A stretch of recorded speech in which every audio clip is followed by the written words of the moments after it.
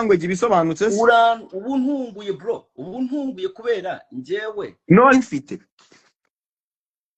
kuba nakubwira ngo njyewe Yago nahagaritse akazi ko gukora ibiganiro, wakagombye kubyubaha ukabanza kwambaza none se Yago kubera iki?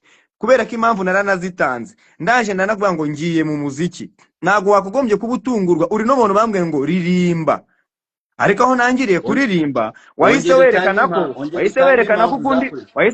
ko ukundi ibiganiro cyane kurusha indirimbo, kandi warangiriye inama yo kuririmba. Oya ariko Yago ntakubeshe nakunkubwije ukuri, ibiganiro byawe byaratwikaga, kandi sometimes njyewe mba numva ko koze Yago ari ukuntu umuntu aba yumva ko abiti ibintu ashoboye. Sometimes mba numva ko ikintu cya mbere tuba duharanira ku isi ni amafaranga. Noneho nkabanze ko ibiganiro ikintu byakuzaniraga Yago nose kwisi duharanira amafaranga cyangwa kwisi duharanira kubaho neza.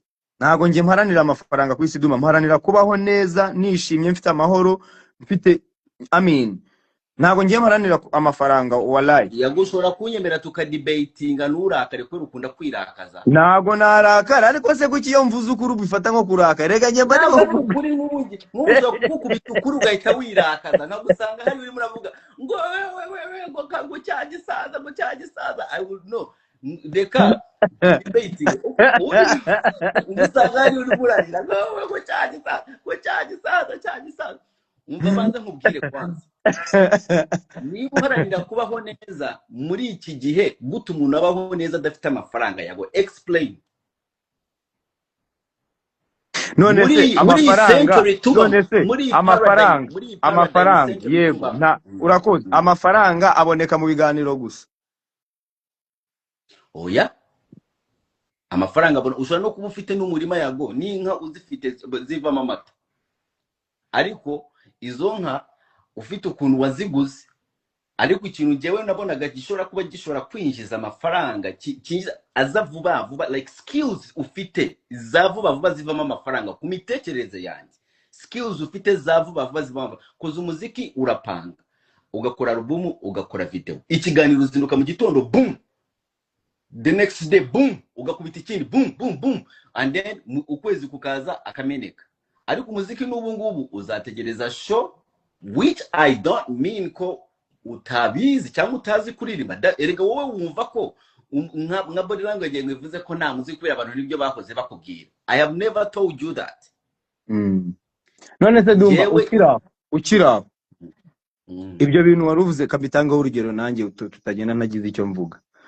Ubu ngubu ari indirimbo ifite miliyoni enye zigiye kuzuza miliyoni 5, n'ikiganiro gifite wenda 800 900 cyangwa miliyoni, ni ikihe cyarebwe n'abantu benshi? Ubwo indirimbo yararibwe nyinshi, ariko wibuke ko iyo ngiye kureba nko mu ndirimbo zawe ikora amafaranga ishobora kuba ikina yakorera ubu ngubu ni nka Suwejo. So ufite nka Suwejo nk'eshanu, njyewe nakuza muri DM nkakubwira ati bro bivemo ibintu byo biganiro bivemo. Muri make impamvu rero utangira inama ubu ni iyihe? Nuko naragira za Suwejo cyane. Inama kubera nzi ko bikeneye byose.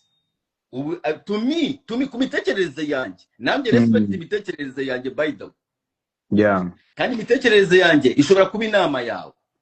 Yego, ariko ntago imitekerereze yawe ari cyo cyatuzanya hano twe tuzanywe no kubwira abantu ngo bagura album. Dukomeze kuri album ndakumangukisha kishamo njya kukubanga 1 2 1 2 zewe ntyo bwendi.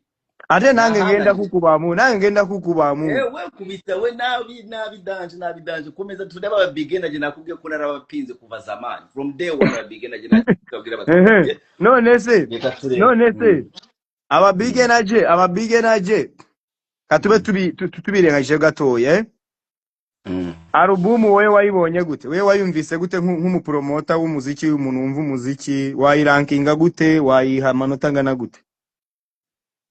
Cyangwa nurabona umwanya wo kuyumva? Narayumvisha amashagaga indirimbo yari yarasohotse nari narayikunze, ubongera iyindi vibe.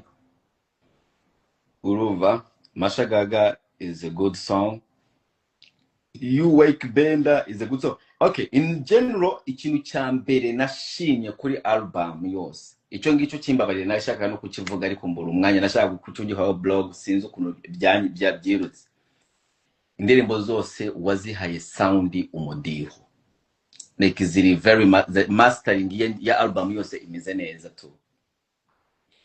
So and then I feel like because ari indirimbo zose kuba zime ubundi indirimbo ibikoze neza ibindi bintu biba bishobora kuramo hari indirimbo zisupportingwa na video hari indirimbo zisupporting ariko hariho indirimbo at least 6 songs njyewe nakunze navuga like I can keep listening to urumva. So that is one of the things. Ikindi ni kwa abantu bose ngira ngo ibyo nakoze ni abantu bose bumva iyo ufite album nk'iyo umuntu arebaho rimwe akagenda akongera probably agahura akagenda nzumva zose at the same time nkagenda numva himwe no kuri imwe, but I feel like you have a plan for videos, no? Some videos, not all of the videos. So ndibaza video naho izaba ari indi promotion. How many videos are you planning to do? Ibyo nibyo nyine binyereka ko wowe album utigeze ufata ubwanya ngo yumve, nabyo byatumye mvuga ari amagambo yose wagambi ugenda kubanga kuba munange njya kubanga kuba musebo album tewagiulidde okitegera nze nali lizinga 18 tracks album kati eyo 18 tracks album yabaddeko 6 official videos. Hari indimbo yitwa Ocean nakoranye na Pasi Kizito, hari indimbo yitwa Elo nakoze single yakozwe na Paka Records, hariho indirimbo yitwa Amashagaga ifite official video yasohotse, hariho indirimbo nakoranye nandera Amashagaga ifite official video. Yes, Amashagaga ifite official video, indirimbo yitwa Amashagaga Ocean. Ibyo birabareba ifite official video, ibyo birabareba yakozwe na Rikiri mu Rwanda. Ibyo birabareba indirimbo ifite official video iri kuri album kandi yakozwe na Rikiri. Ibyo ntabwo tumutwa izimwe all of it indirimbo wari warakoreye video and then uzongera kuri album bro, ariko hari indirimbo tutari tuzi at all zo nta video nimwe wari bwakore. Ariko hari indirimbo wari warakoreye video uzongera kuri album. So rero ngewe nk'Amashagaga ntabwo mba nyibara koziya ndabizi video y'Amashagaga ya indi wakoze cyereka ni muri bavuga hari indi video yindi tari Amashagaga. Video y'Amashagaga yakiye kuri channel yanjye by the way kuri page yanjye. Kubera ise yaciye kuri page yawe wayikoreye nuzushyira kuri page yawe. Ese page nuza channel yawe iracyakora Dumba? Komba mbona amachano yitwa Dumba nizawe biba bimeze gute? Channel yangira ko yakomeruka ntabwo namperuka kwishiraho ikintu na kimwe ariko iri tu nizima. Ubundi abanyarwanda barabizi kuri umubloga wa Danger Uganda cyangwa baba bakujogamo ntago baba bagufata fresh. Sasa rero wowe yaguhari ikintu kimwe ngewe nizo utari bwige. Uzi mpamvu navuye Uganda? Niyo mpamvu wavuye mu Rwanda.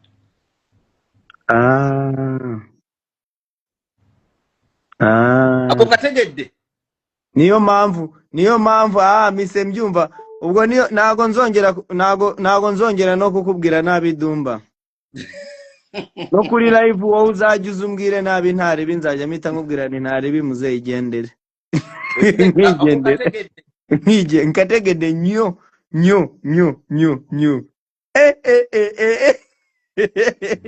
awo kubye nyo gwe today kubantu abagalo kugura album. Abantu bashaka kugura album gwe yagona kugama yige munyitinzemo bajya bikugama genda Paka Records zobabuze ba Waiki benda genda ubabaze cyangwa vugana na Eddie Kenzo mubaze ati Dumba bitugane biki vugana n'abanyamakuru bari wese uhura nayo mu nzira wo muri Uganda vugana nawo mubuze ati Dumba bitugane. Hari umuntu uvuze ngo nawe baramwirukanye. Urumva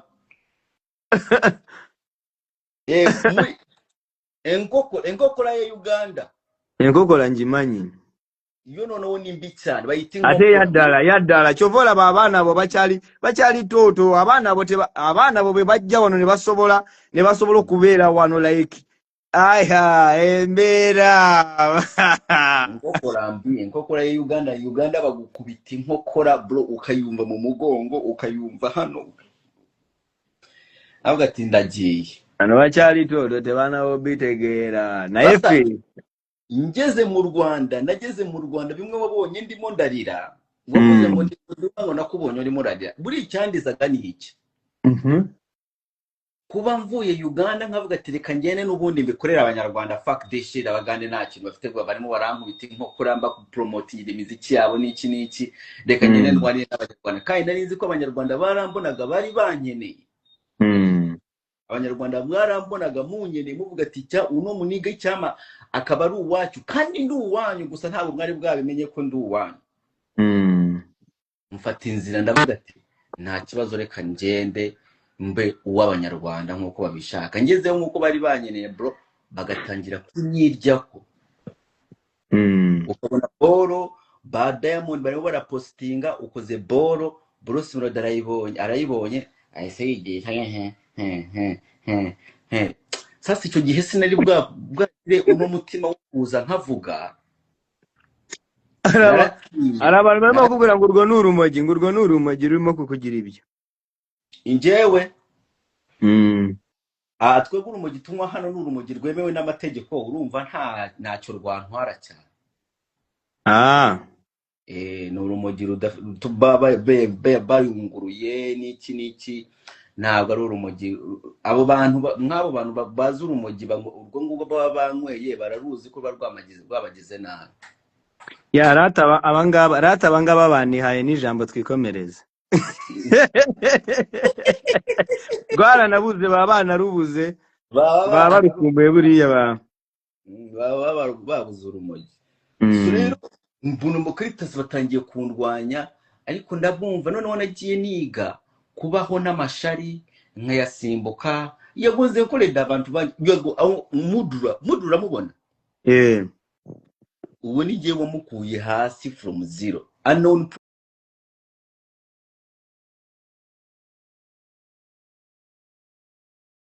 prosper namukuye hasi from zero na adafite na Instagram nkayicreating ubu bakaba n'abasuperstar bafite igare ritajya ryinjirirwa mudura mu bahanzi batatu hano muri Uganda uwo mudura umutuke uzamugereho umubwira ati Dumba guma avuga ko ari we yagukoze urebe arakubwira ati ntabwo ahakana icyo mukundira man akana uno munsi na postinze Joshua Baraka ukuntu nagiye mukurikirana nkamubona ukuntu bajye gitangira ngiye na posting ibintu bye n'iki ibintu nakoze muri Uganda abanyarwanda ntabwo babizi ariko umuntu nzi ko abizi yajyaga byirengagiza cyangwa ceceka ni Philipita Philipita kubera nkigera muri Uganda nkikandagira muri Uganda hari umunyarwanda yaje ansanga ahantu awandegeye ahantu twajyaga turira inkoko twari kumwe n'ikigange cyinshi cy'abana b'abajyama banjye ba muri Uganda anene uwo mutipa araza avuga ikinyarwanda arambwira ngo ngo jewe ngo mvuye mu Rwanda ngo ariko ngo ngo twari kumwe na Philipita ngo mbona ngo ukuntu yajyaga kuvuga ngo ndavuga ngo uri umuntu urenze umutima ngo Philipita yamvuzeho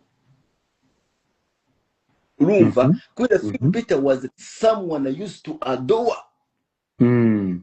naramukurikiranaga Philipita koze navuye kera nkurikirana imiziki yo mu Rwanda from nyine twabaga mu bikari ndukurikira ibintu tuza so nkamwemera cyane Philipita ukuntu yazaga mu biganiro agakoresha ibiganiro abastari ukajya kubona ari ibintu nashakaga ko biba mu Rwanda nkabona Philipita arimo arabikora and then later unarambira ngo Philipita actually aranzi yewe nibwo nari nyitangira man urumva rero kuba wumva ko Philipita kuzi byaragushimishaga cyane yabaganzi yarumvishe ko nakoraga nka challenge nk'icumi z'abagande nkakorayo challenge nk'imwe y'inyarwanda rero Philipita yari yarabibonye Philipita ngo yateye abantu story aravuga ati uno muniga ararenze man akavuga ati uno muniga ni umuntu ushobora kuza agafata East Africa yose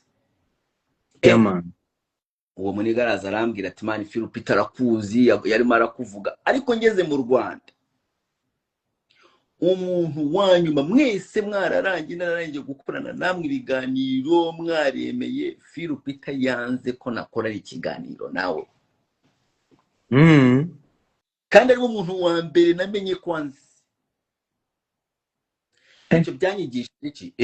Niwe muntu wa mbere abantu bambwiye ko arakuzi. Kavuga ati ewana the top master, ariko umuntu wonye umuntu wa nyuma nakoranye ikiganiro nawe. However though, njyewe if you give me lemon, I make lemonade. Cause ikintu narabifashije ibintu Phil Peter aho kugira ngo mbirakarire mvuge ngo ngo Phil Peter ni umugome.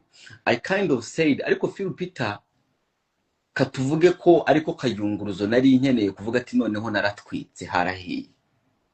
Niba Phil Peter noneho yemeye nkahura nawe byari byanze numva nuje kandi nari mbizi kwanza. Noneho Phil Peter I feel like nta kindi nyisigaje, everything is done. Ariko buri kintu cyose kira tinya. Ariko nizere ko uyu munsi bimeze neza nyine. Ubu uyu munsi nizere ko bimeze neza. No, uyu munsi like I have a lot of experience. I think experience yanjye yaruriye cyane. Nshobora kuba, I'm sorry to say, ntabwo nshaka kwiyemera, ariko nshobora kuba kubera gucomparing ibintu byinshi mu mwanya muke kandi byinshi. Nshobora kuba nubwo maze mu mwanya muke muri rega nawundusha gutinda muri showbiz. Ubu ngubu ntabwo Bruce Melody yakongera kubabaza ngo urire.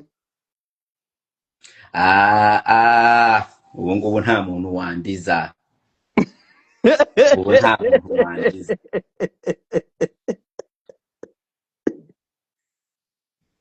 Umuntu abantu bagejeje maze kurira kabirerega. Akambere nakaye.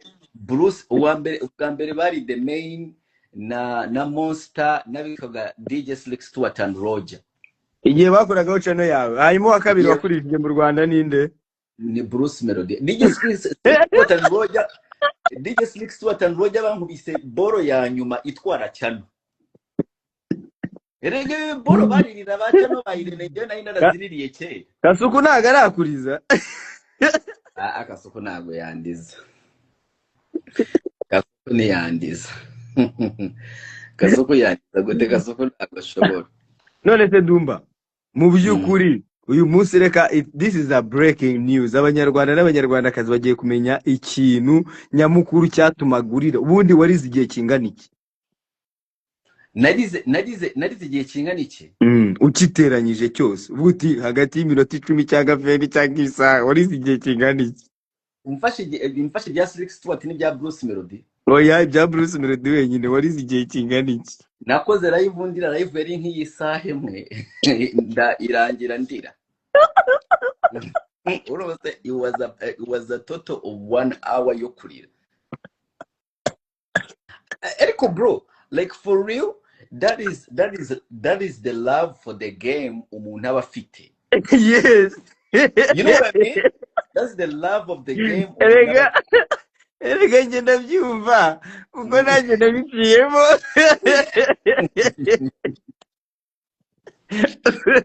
Warize agasaha. Yarize agasaha bro, niko nari kubita akantu k'agasaha ewana ndimo ndaboroka.